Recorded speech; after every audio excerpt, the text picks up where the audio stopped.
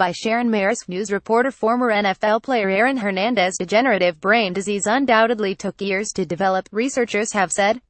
Hernandez was 27 when he hanged himself in prison while serving a life sentence for the murder of his friend Odin Lloyd in 2013. Days before his death, he was acquitted in the 2012 drive-by shootings of two men in Boston. Former NFL star Aaron Hernandez had CTE in September. Hernandez lawyer Jose Bees said the former New England Patriots star had the most severe case of chronic traumatic encephalopathy (CTE) that neurologists have ever discovered in someone so young.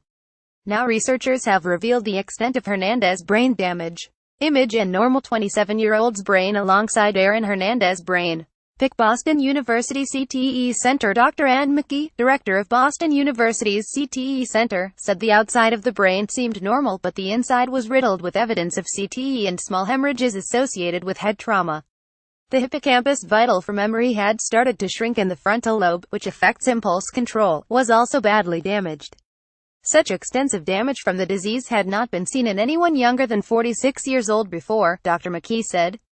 Image. Hernandez celebrates after scoring for the New England Patriots in 2012. She added, "We can say collectively, in our collective experience, that individuals with CTE and CTE of this severity have difficulty with impulse control, decision-making, inhibition of impulses or aggression, often emotional volatility and rage behaviors. These are very unusual findings to see in an individual of this age," McKee said. "We've never seen this in our 468 brains, except in individuals some 20 years older." She added, "We don't get as many specimens from this age group, and in this age group, he's clearly at the severe end of the spectrum. This is substantial damage that undoubtedly took years to develop. I imagine these changes have been evolving over maybe even as long as a decade."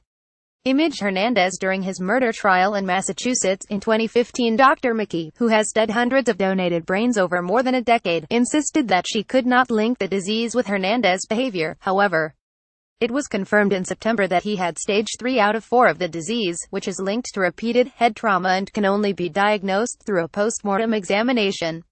It has also affected former SOLRS and players of contact sports, such as boxing and football. Dr. McKee said, "I think there is a concern that we're seeing accelerated disease in young athletes. Whether or not that's because they're playing more aggressively or if they're starting at younger ages, we don't know, but we're seeing the ravages of this disease and certainly he's an example in a young person."